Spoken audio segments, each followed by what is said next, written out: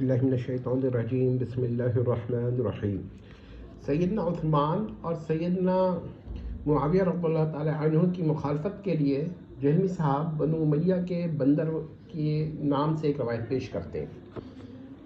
اب مسئلہ یہ ہے کہ یہ روایت مشتبہ ہے، اس کا صحیح یا صحیح نہ ہونے میں اختلاف ہے۔ ظاہر ہے یہ ایک مختلف قسم کی روایت ہوتی ہے، اور ایک روایت جو بالاتفاق صحیح ہو یا جمہور کے نزدیک صحیح ہو وہ ایک الگ قسم کی روایت ہوتی ہے۔ تو ان دونوں کو ایک دوسرے پہ قیاس نہیں کرنا چاہیے، پہلی بات۔ دوسری بات یہ کہ اس میں بنو مروان کا ذکر ہے، یہ روایت اگر صحیح بھی ہو تو بنو مروان کا ذکر ہے، تو یہ پھر بنو امیہ کیوں کر دیتے؟ وہ اس لیے کہ حضرت معاویہ حضرت عثمان کو بھی داخل کر لیں، کیونکہ جب وہ کہیں گے کہ بنو مروان کے بندر تو اس کے اندر نہ حضرت معاویہ آئیں گے اور نہ حضرت عثمان آئیں گے، تو یہ ان کو بھی ایک داخل کرنا چاہتے ہیں۔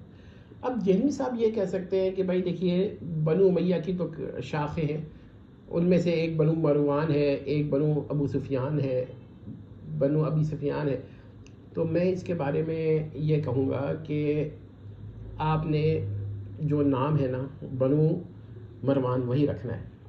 آپ نے اس کو بنو امیہ اگر کریں گے تو حضرت عثمان اور حضرت معاویہ پر اصل میں آپ کہنا چاہ رہے ہیں، لیکن چونکہ آپ کہہ نہیں پا رہے ہیں تو آپ نے مغالطہ یہ دیا کہ آپ نے کہا کہ یہ بنو امیہ، کیونکہ بنو مروان بنو امیہ ہی ہے، لہٰذا میں نے بنو امیہ کہہ دیا۔ نہیں، جب آپ بنو امیہ کہیں گے تو اس میں حضرت عثمان اور حضرت معاویہ رضی اللہ تعالیٰ عنہما بھی آ جائیں گے، اس لیے جو لفظ ہے اس کو تبدیل نہ کریں۔ اچھا، دوسری بات ہے کہ اس کے اندر بھی عموم نہیں ہے، یہاں بھی خصوص کا احتمال ہے کم از کم، کیونکہ اگر عموم قطعی ہوتا تو حضرت عمر بن عبدالعزیز بھی اس کے اندر یقینی طور پر آتے، اور عموم قطعی ہے نہیں۔ تو یہیں پر وہ مسئلہ پیدا ہوتا ہے جس کو ہم کہتے ہیں کہ روایت یا تو قطعی ثبوت اور قطعی الاثبات ہوتی ہے، یا پھر قطعی الثبوت اور دنی الاثبات ہوتی ہے، یا دنی الثبوت اور دنی الاثبات ہوتی ہے، یا دنی الثبوت اور قطعی الاثبات ہوتی ہے۔ یہ چار قسمیں ہیں، تو آپ نے اس میں سے کون سی قسم لیا؟ اگر کوئی روایت دنی الثبوت اور قطعی الاثبات ہو اور اس کی قطعیت کے خلاف کوئی دلیل قائم ہو جائے تو پھر اصول یہ کہتا ہے کہ وہ روایت پوری باطل ہوگی، یا پھر وہ دلیل جس کو قائم کیا گیا وہ باطل ہوگی۔ لیکن باقی جگہ اگر دنی الثبوت اور دنی الاثبات ہے تو پھر ایسا نہیں ہوگا۔ عام طور پر دنی الثبوت ہونا دنی الاثبات ہونے کو مستلزم ہوتا ہے، یا دنی الثبوت ہونے سے دنی الاثبات ہونا لازم ہوتا ہے، یہ ایک اصول یاد رکھ لیں۔ تو یہاں پر آپ کو یہ باتیں سمجھ میں آ گئیں کہ دہلوی صاحب ایسا کیوں کرتے ہیں، کیونکہ وہ یہ ثابت کرنا چاہتے ہیں کہ بنو مروان جو تھے نا ان کے عیوب تمام بنو امیہ میں تھے۔